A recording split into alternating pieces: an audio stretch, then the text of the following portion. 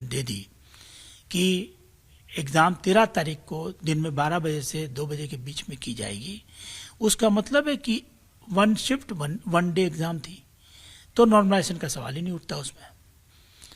तो ये कन्फ्यूज़न या रूमर्स या तो जानबूझ के फैलाई गई है या लोग मानने को तैयार नहीं थे इस चीज़ को। तो जो जिन लोगों का हाथ है इसमें, क्योंकि कई कोचिंग संस्थान के जो टीचर हैं वो भी इस पूरे आंदोलन में छात्रों के साथ दिखे, धरना प्रदर्शन के दौरान भी साथ रहे, और बीपीएससी को लेकर कई तरह के आरोप उन्होंने ऑन रिकॉर्ड बोला कि बीपीएससी झूठ बोलता है, बीपीएससी लोगों को, छात्रों के भविष्य के साथ खेल रहा है। तो ऐसे लोगों को चिन्हित करके कार्रवाई की जाएगी क्या? आप प्रशासन से आप लोगों ने कंसल्ट किया इन चीज़ों को? देखिए, मैं स्पष्ट कर देना चाहूँगा कि छात्रों का सबसे बड़ा हितैषी बीपीएससी खुद है। बीपीएससी खुद ये कोशिश करता है कि बिहार के छात्रों का भविष्य दांव पर ना लगे और एक साफ सुथरी और कदाचार मुक्त परीक्षा व्यवस्था के लिए आयोग कटिबद्ध है। पिछले 6 महीने में हम लोगों ने जो भी एग्जाम कराई है वो पूरी तरह से निष्पक्ष रूप से फेयर और ट्रांसपेरेंट वे में कराई है।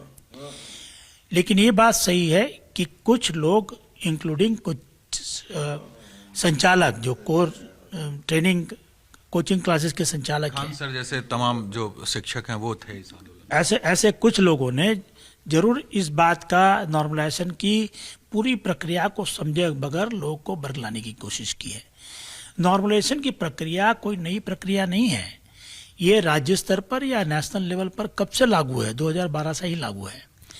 बड़ी बड़ी एग्ज़ाम जैसे बैंकिंग सर्विस रिक्रूटमेंट की एग्ज़ाम, GEE की एग्ज़ाम, स्टाफ सिलेक्शन कमीशन की एग्ज़ाम, जहाँ पर बहुत बड़ी संख्या में स्टूडेंट रहते हैं, एप्लीकेंट रहते हैं, वहाँ पर नॉर्मलाइजेशन करना आवश्यक हो जाता है क्योंकि इतना एकोमोडेशन होता नहीं है।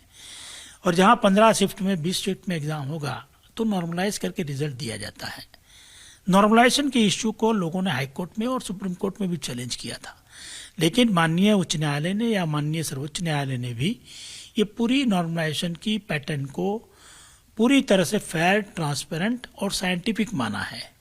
उन्होंने ये माना है कि ये सिस्टम से चलते किसी को भी अन्याय नहीं होता, किसी को फेवर नहीं होती, किसी को डिसफेवर भी नहीं होता है। सो वैसी स्थिति में ये एक बहुत ही रैशनल और प्रूव्ड सिस्टम ऑफ नॉर्मलाइजेशन है जिसके चलते किसी को आपत्ति नहीं होनी चाहिए। लेकिन जब मैं बिहार पब्लिक सर्विस की बात करता हूँ तो यहाँ पर हमने अभी तक किसी एग्जाम में नॉर्मलाइजेशन नहीं किया है। अगर करेंगे तो हम जरूर छात्रों को बताएंगे इस चीज से। बीपीएससी के चेयरमैन ने यह पूरी तरह साफ कर दिया है कि नॉर्मलाइजेशन का कोई मुद्दा ही नहीं था। वहीं खान सर की तबीयत